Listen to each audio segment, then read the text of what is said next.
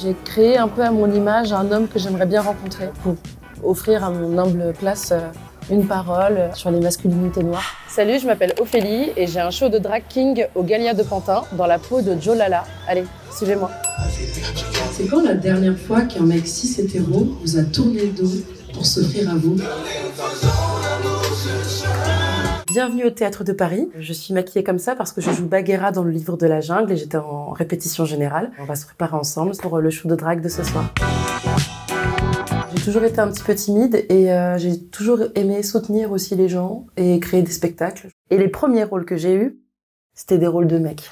Et comme je suis grande et que j'ai une voix grave quand je chante ou quand je parle, ça me permettait de plus m'amuser. Du coup, je travaille la corporalité comme un mec, parler comme un mec avec beaucoup de griffes, hein, évidemment. En sortant de l'école, on a donc la pièce des sortants.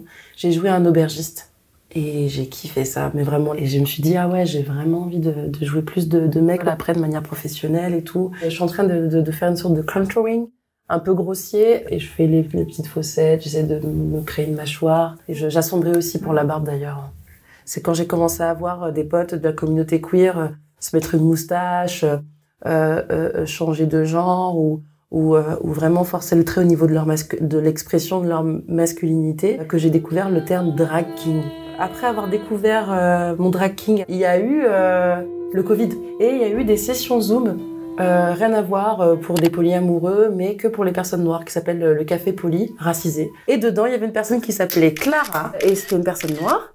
Et qui a dit, mais viens, on monte un groupe pour les personnes racisées qui font du drag et tout. Et voilà, ça s'appelait les Drag Kings Noirs Enchantés.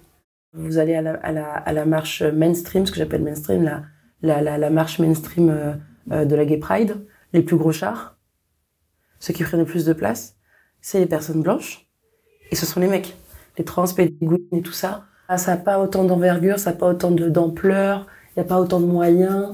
Le drag queen ou drag king racisé, on est encore moins visible. Wow.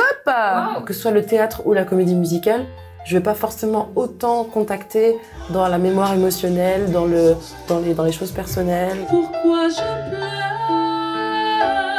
Ça se fait un tout petit peu, mais il y a beaucoup plus de distance avec mes personnages que quand je joue dans le drag. Joe Lala, c'est un personnage à part entière et il est différent de Ophélie Joe que je suis, quoi.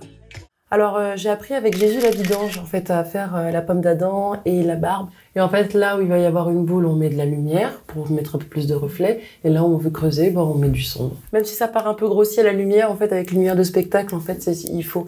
On m'a dit mais non force. J'étais ah bon. Et en 3 ans j'ai déjà fait pas mal de choses et je suis super contente. La considération elle est de plus en plus grande. Donc les scènes aussi. On nous prend de plus en plus au sérieux. Drag Race avait invité des drag kings, donc vraiment, moi j'y crois. Hein. Je fais un peu de remplissage et après je vais poser des poils. Les faux poils, c'est quoi exactement? C'est des poils pubiens. Ça ressemble à ça. Ce que j'aime bien avec Joe, c'est que il est pas à 100% forcément propre sur lui en termes de barbe très bien taillée. Il se laisse un peu vivre comme il veut. Et il a un côté très coquet aussi.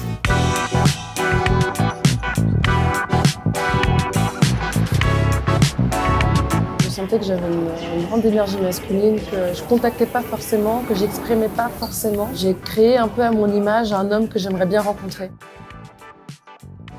Je me sers un peu de tout ça pour créer mon propre personnage, mon propre homme. Il a plusieurs visages tout simplement, pour offrir à mon humble place une parole sur les masculinités noires, et je dis bien les, parce que pour moi il n'y en a pas qu'une seule, comme je le croyais avant, plus jeune. Donc je m'inspire un petit peu de tout ce que je vois autour de moi, des figures aussi musicales, culturelles, d'Afrique et de Caraïbes, des tontons qu'on appelle des griots, des conteurs, en train de palabrer, donc en train de défendre un propos avec beaucoup de passion. Il y a aussi Koffi Olomidé qui m'inspire beaucoup.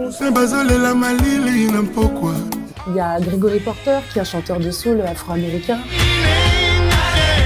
Il y a des tontons aussi de la famille qui sont un peu bedonnants, un peu moqueurs, un peu rieurs, un peu farceurs et tout. Et dans la partie un peu plus négative, on va dire que je m'adresse à tous les hommes en général qui ne parlent pas. Et les premiers hommes que j'ai rencontrés, ils sont d'abord dans ma famille, donc ils sont noirs. Là, je fais référence à mon père, à certains oncles de la famille, où ils vont moins parler de leurs sentiments. Et à travers aussi mon personnage de Jolala, c'est comme si j'offrais une parole à cet homme noir. La première fois qu'il est monté sur scène, c'était une sorte de conférence gesticulée. Donc j'arrive sur scène en tant qu'Ophélie Jo, artiste qui découvre petit à petit cette masculinité en elle. Je suis revenue sur scène avec Disco Inferno pour l'occasion. Jolala sort ses habits de lumière, j'étais avec ce petit gilet et tout. Comme Jolala est très coquet, ben, il en profite quoi. Et le jour des élections présidentielles, il y avait une soirée Queen Machine.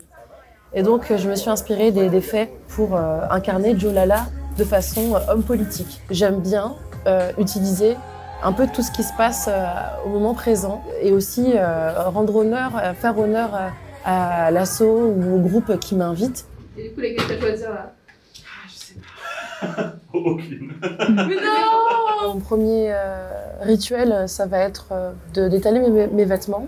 Tout simplement de voir Jolala dedans et de me projeter dans la soirée qui va se passer. Je sais pas. Ça, c'est pas mal aussi, le bleu, un peu violet, j'aime bien aussi. C'est pas mal aussi, ouais. Si j'ai un texte ce soir à déclamer, ou si c'est une chanson, ou si c'est du lip sync, ou si c'est de la danse, et je me remets ça dans les oreilles, et puis c'est parti quoi.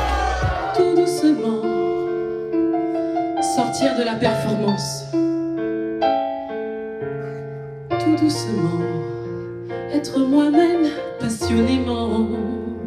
Ouvrir mon cœur et me donner